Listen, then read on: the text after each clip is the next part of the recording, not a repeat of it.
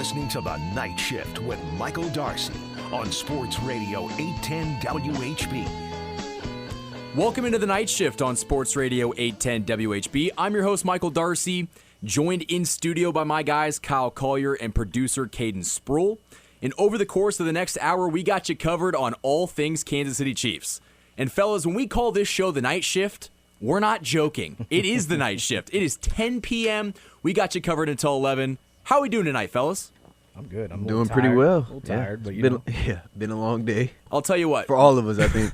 We might be tired, but at least we're coming out with energy. And that might not be the case for the Chiefs this weekend, because that's something that we've heard over the last, 5 or 6 weeks. So the Chiefs have come out flat. They've lacked that energy. That's not us, ladies and gentlemen. We've got that energy. But we're going to talk a little bit about the Chiefs' upcoming matchup against the Broncos in a game that could decide the AFC West. We're going to talk about if Josh Simmons is going to start at left tackle this Sunday for the Chiefs. He's back with the team. Doesn't necessarily mean he's going to start. So we've got a lot to get into. We've also got an interview with Sports Talk Denver out in Denver, Colorado. So a lot to get to in this show.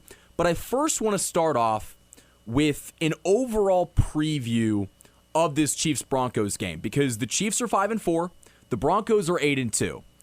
Coming into this game, the Chiefs need to win it if they want to win the AFC West. Point blank period. They have got to find a way to get it done coming off of their bye week. And this Denver Broncos team is stacked. That defense is one of the very best in the NFL. And they're going to have to find a way to get it done on the road in the Mile High City. But if anybody could get it done, it would be Andy Reid and Patrick Mahomes coming off of the bye. But what do you think? Yeah, and everybody knows the legend of Andy Reid off of the bye week, right? And his record proves it.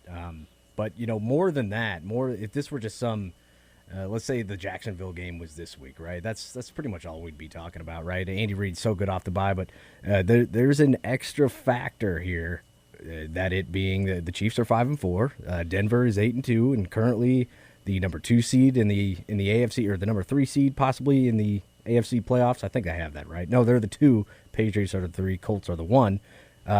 But like I said, the Chiefs are 5-4, and currently they're in a bit of a hole. Not only in the AFC West, but right now they're on the outside looking in terms of the AFC playoffs. So you've got 2 back-to-back big-time games. I'm not sure if you want to call it the most important regular season game the Chiefs have had in years, but it feels like it's up there because of the hole that they're in, as I mentioned before. So it's going to be a tough test. Both teams getting a little bit of extra rest. Chiefs with the bye, and the Broncos getting 10 days because they played on Thursday Night Football. So this should be an energetic, chaotic game, likely. It's division rival, right? And those always get crazy. Yeah, as you said, Kyle, it may not be the most important, but obviously the games get more important as the season goes on.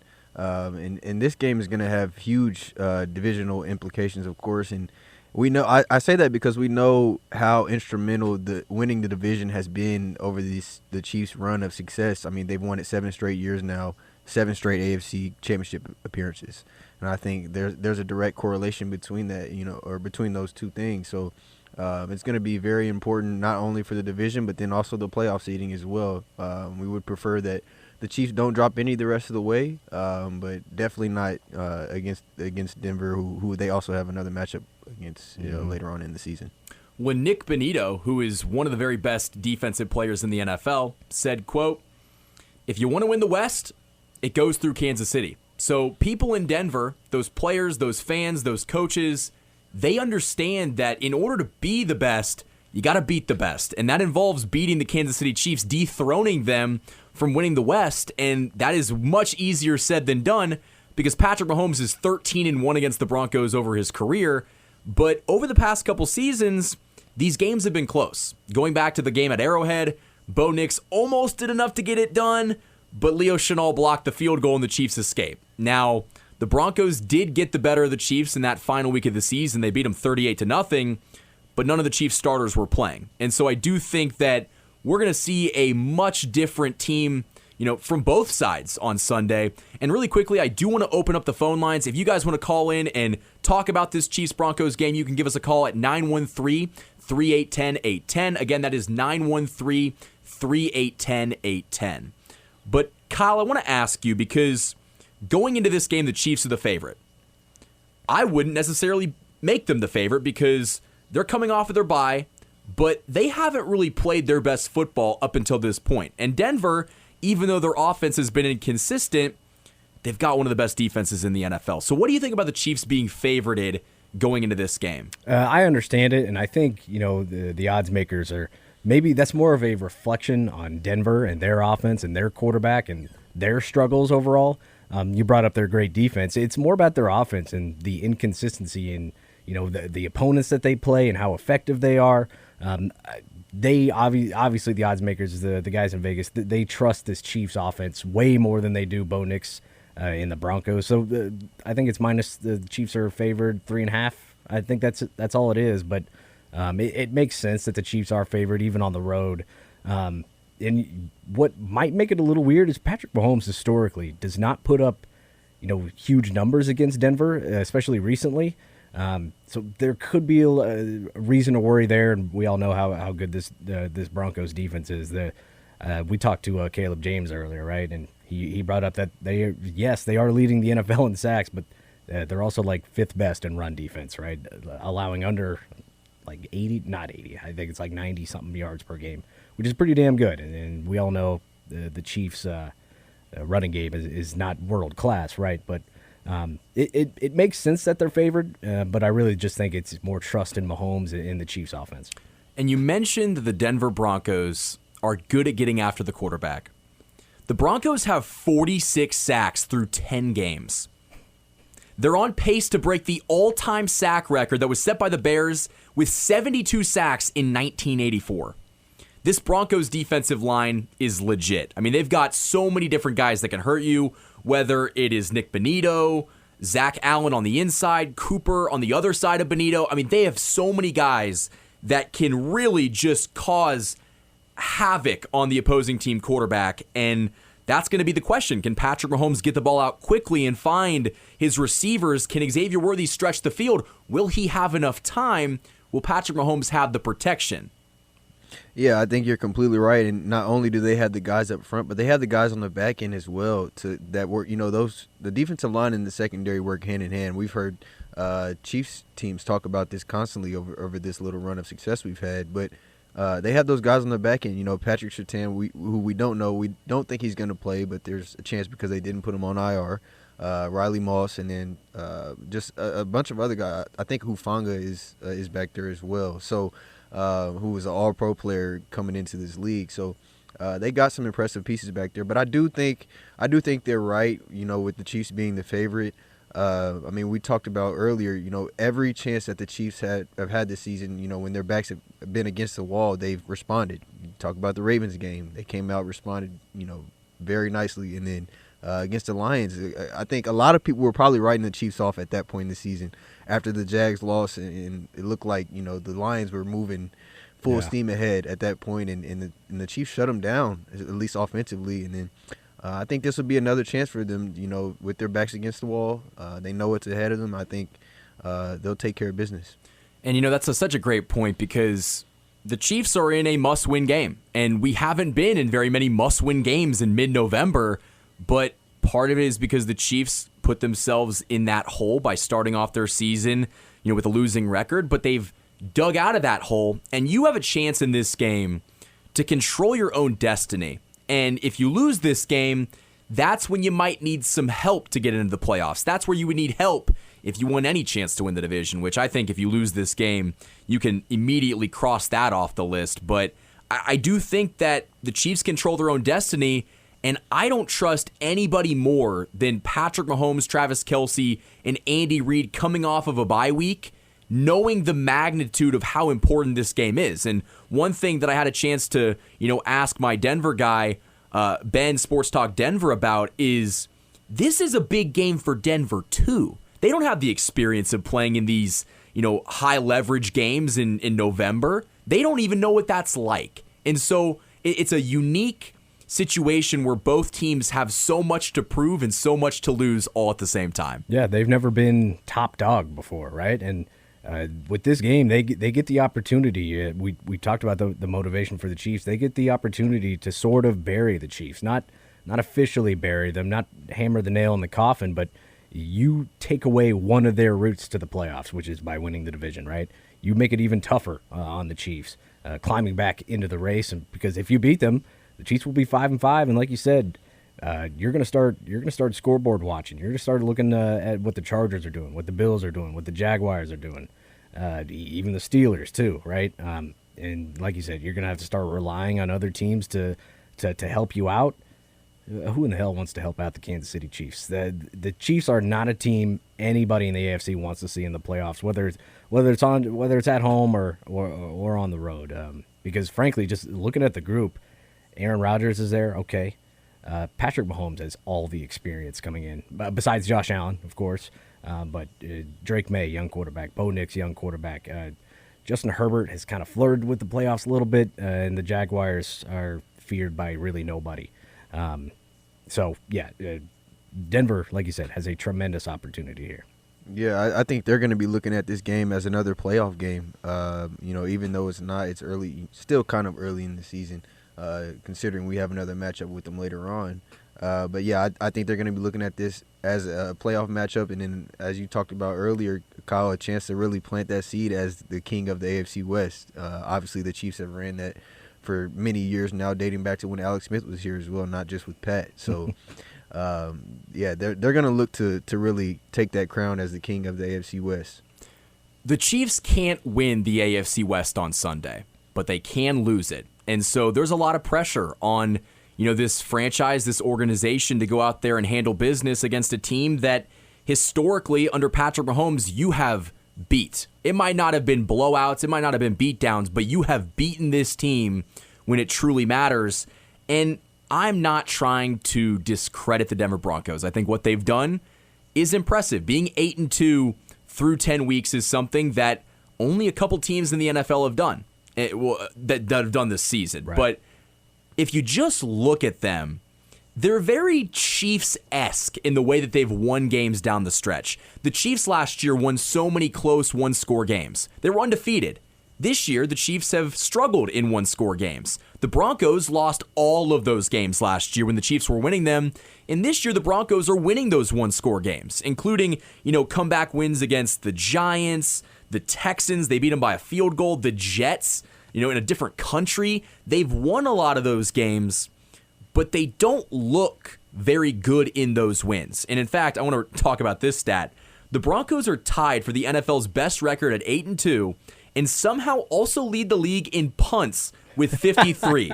One of the most unique stats that you'll ever see all season. Like that just sums up how inconsistent the Broncos have been offensively. And part of that is because Bo Nix has had the sophomore slump. He is not the same player that he was last year.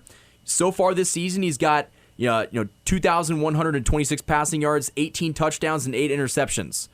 The stat sheet doesn't make it look like he's that bad. If you watch the Denver Broncos play, he has been tough to watch. Yeah. The eye test certainly matters with somebody like Bo Nix. And even looking at the stats, he's the least sacked quarterback in the NFL this year, 10 games. He's only been sacked 10 times. A lot of credit does go to their offensive line, but most of that is Sean Payton, tailoring the game plan to help Bo Nix get rid of the football, right? I know it's kind of derogatory to call somebody a system quarterback, but it's what Bo Nix is. He is Sean Payton's puppet, if you will, right?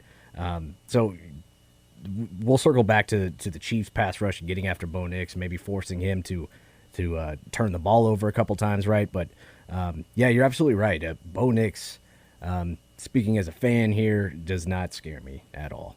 Yeah, I think as a system quarterback is right on cue. I think a lot of that was the game against the Raiders the other night was evidence of that. Yeah. You talked about the punts, Michael. I think about half of those punts came in that game. Probably. I mean, that was just an absolute sleeper. And from a Denver Broncos fan's perspective, that can't give you a lot of optimism heading into a game against the Chiefs, who just absolutely demolished the Raiders a few weeks ago. So I think you got to look at those games and compare them. Obviously, it's two different teams, two different play styles. Obviously, the Broncos are led by that stout defense, but I think you got to look at that and at least consider it. I will say this, and I think that fans need to understand that the transitive property doesn't work in football. Just because one team looks god-awful one week against another team doesn't mean they're going to continue playing like that the next week against maybe a better team. Because the Chiefs, on paper, should absolutely rattle Bo Nix, have him seeing ghosts, and the Chiefs should win this game because defensively speaking, they are just going to be overpowering for Bo Nix. But it's a divisional game. This is a game that Bo Nix knows in the back of his mind that if I win this game, this is a statement, career-altering win. And I think the Chiefs, for better or worse, are going to give him opportunities in this game to stay in it. He did it last year in both games. I think Bo Nix is going to play better than maybe the casual fan thinks, that he would normally. Yeah, and these two teams know each other pretty well. Sean Payton has now had a couple of games to really, solve or attempt to solve or, scout Steve Spagnuolo's defense. But going back to Bo Nix, he's a young quarterback. This is only his third game against the Chiefs. That's right? Yeah. Yeah, this is only game 3 against Steve Spagnuolo. Second against Patrick Mahomes. Right, yeah, there you go. And this is I do believe in momentum in sports to a point, right? But, like I say, if Denver can win this, then this is career-altering. I wouldn't say career-altering, but this definitely just puts all the momentum in Denver's side as we hit the home stretch towards the playoffs.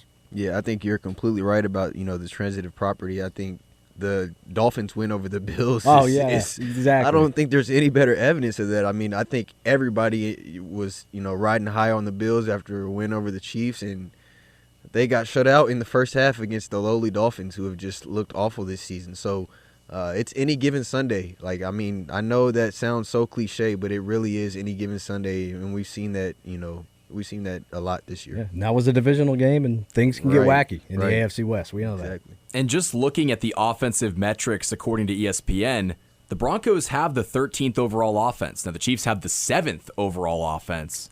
But I think one thing that Broncos fans have complained on social media about is that Bo Nix is protected. He's not getting sacked. He has a defense that is one of the very best in the NFL. He's got weapons on that offense. Now, he doesn't have the most weapons, but he's got some guys like J.K. Dobbins, who may or may not play. They drafted R.J. Harvey. They just signed and extended Cortland Sutton, and they've got pieces. And I like Troy Franklin, excuse me. Yep. Bo Nix's college teammate. They have weapons, but he just hasn't been producing. And part of that is because quarterbacks get figured out. And it's all the NFL is a league of adjustments. Look at C.J. Stroud right now. Yeah. He looked like a top 5 quarterback, his first year in the NFL, and he's been probably a bottom 5 ever since. He's been banged up and figured out. Right. Yeah, and on him, the Texans didn't exactly help him out. Their offensive line is 2 scoops of ass, as our buddy Sterling likes to say. That's what he would say. Yeah. Yeah, I think it's very easy for fans to think that, the Chiefs will just, win this game because Denver's offense is so bad. And, if we held the Raiders to 0 points and the Broncos defense let the Raiders score 7 points, that means that we are that much better than, it just doesn't work. And I do think that Denver's defense, for being as good as it is and being able to get after the quarterback as well as they do, they're not immune to giving up a big game. I think the Chiefs' offense can go out there and put up points. The question is going to be, how effective are they at executing on the small stuff? And how well does Andy Reid have this team prepared and the game plan and the aggressiveness after that week off? Yeah, and I think the injury report here is also something we're definitely going to have to monitor as the week goes on. You brought up J.K. Dobbins, no practice today. Their middle linebacker, Alex Singleton, no practice, as well as Pat Surtain. He did not practice today. That's definitely going to be something to watch because we talk about the left tackle situation here in Kansas City. For Denver, those are 2 big pieces, Dobbins and Surtain, and even their linebacker. Because I brought up the statistics on their excellent run defense earlier in the show. There's some pieces here that could be missing that could really tip the scales for Kansas City. Yeah, we talked about this Broncos defense being vulnerable. I think you look back at, Jackson Dart in his second start versus the Broncos, everybody was talking, or at least the Broncos defenders were, talking big game coming into that week, and Jackson Dart absolutely operated. He moved the ball up and down the field all day long. So they can definitely be had, and who else would you trust more than Pat Mahomes? Especially coming off of the bye. And you gave Andy Reid essentially 2 weeks to prepare for this game. And so I hope that they come out with more creativity and a game plan that will get the ball out of Pat's hands quickly, because we know that Nick Bonito and Zach Allen and Cooper are going to make their presence felt. The question is going to be, can you, tailor your offensive strategy around what they do well and neutralizing that? And I think it actually brings up a very fitting point about the Chiefs left tackle Josh Simmons, and if he is going to start this Sunday against the Broncos, because Simmons rejoined the team during the bye week. We've been hearing Andy Reid talk about it throughout the week in the media press conferences. If Simmons is going to start, he's avoided answering the question. He did practice on Wednesday, and I actually put out a poll on the YouTube community tab on KC Sports Report, the YouTube channel. I asked, will Josh Simmons start at left tackle this Sunday against the Denver Broncos? And over 1,500 Chiefs fans voted. 92% said yes. So I think the overall consensus is that Josh Simmons is going to start, but there might be a hiccup to that plan. And Kyle, why don't you take this one away? Yeah, and my only issue with that poll is I think fans are voting with their heart and maybe didn't really read the question. Not do you want him to play? I certainly want him to play because Jalen Moore has done a fine job filling in over on the left side of the line. But we all know and we've seen it with our eyes, right? Josh Simmons is the left tackle of the future here, right? Potential Pro Bowler, and All Pro, right? But I just the way Andy Reid has talked about it, and I know he never gives anything during his press conferences and media availability. But Caden, actually, why don't you hit me with clip number 6 and listen to Andy Reid talk about Josh Simmons here. Yeah, we'll just see. Let's see. I haven't even got him out for a practice yet, so let's see how all that goes. He'll jump in and see what he can do and mix it up out there and do what we do, and then we'll go from there. So I just want to see him back out. I'm glad he's back and going. Coach, with Josh, you mentioned you just want to see him get on the field. What would you hope to see from him the next couple of days that would tell you that he's ready to play on Sunday? Yeah, let's just see what kind of shape he's in. You get back into the football swing, So let's see how he is. I'm sure he's going to be okay, but we'll see.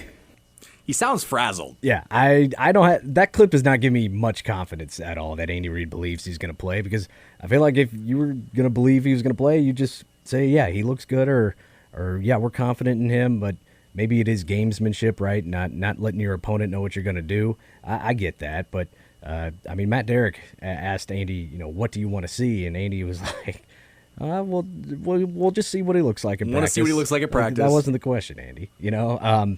Just that vibe I get off that. I don't have a lot of confidence that the Chiefs are going to start him against Nick Bonito, right? I feel like you treat this like a guy coming off IR, right? Probably just give him that extra week to just get back with the offense. And the Chiefs were on bye, so yeah, he came back during the bye week, but I'm not sure how much work he can get in during that period of time, right? I want him to play, certainly. I agree with the fans, but I think it might be smart to just hold him out another week. See, I think he will play. I think what will probably end up happening is he'll be a full go at practice, and even though Andy Reid has not officially said whether he's going to start yet or not, part of that is because he's still got a couple days left before this game. They still got to go to practice on Thursday and Friday. I think there could be an element of trying to throw Sean Payton off, like, yeah, maybe it is Jalen Moore. Maybe it is Josh Simmons. You don't know. I think there could be some gamesmanship there, but I think Josh Simmons should be the starter on Sunday, and if he's not, that's going to open up a much deeper conversation. And I want to talk to my Denver guy, Sports Talk Denver, my guy Ben, and we'll do that right after this break. You guys are listening to The Night Shift on Sports Radio 810 WHB. We've got about 5 minutes left in the show. Before you guys go anywhere else, You guys can go check us out on YouTube at KC Sports Report. Both Kyle, Caden, and I do a show every single week, and I do daily Chiefs content on YouTube. Again, that is at KC Sports Report. But it's prediction time. The Chiefs go to Denver to play the Broncos in the Mile High City. 3:25 kickoff on CBS. It is going to be a fantastic football game. The winner of this game more than likely wins the AFC West. I think the momentum the Chiefs could gain if they beat the Broncos, I think would carry them the rest of the season. Yeah. And I think this could be a crushing blow to the Broncos if they can't get it done. I'm going to hold off on mine for right now. Kyle, what do you think is going to happen? All right, I'll start first here. Obviously, division game could be a rock fight. Historically, Pat Mahomes versus Denver, it's always close, right? Minus that one Carson Wentz game, right, last season. But I've watched Denver many times this year. They don't scare me at all. Yes, that pass rush is certainly intimidating, but coming off an extended period of rest, Matt Nagy and Andy Reid, I think, should be able to scheme up against that pass rush and sort of negate it in a way. And I think that they'll be able to have a day.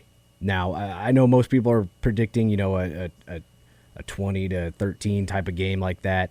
I'm going to give the Chiefs 30+ here. Let me go. I'm going to go 31-17, Kansas City.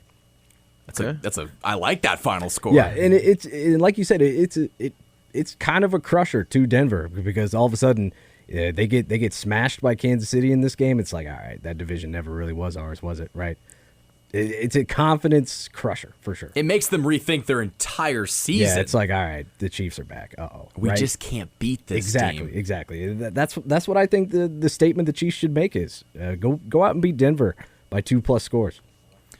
Yeah, I mean, I'm going to take the Chiefs as well, but I think I am going to go with a little bit low scoring game. I think it's going to be Chiefs 24-13.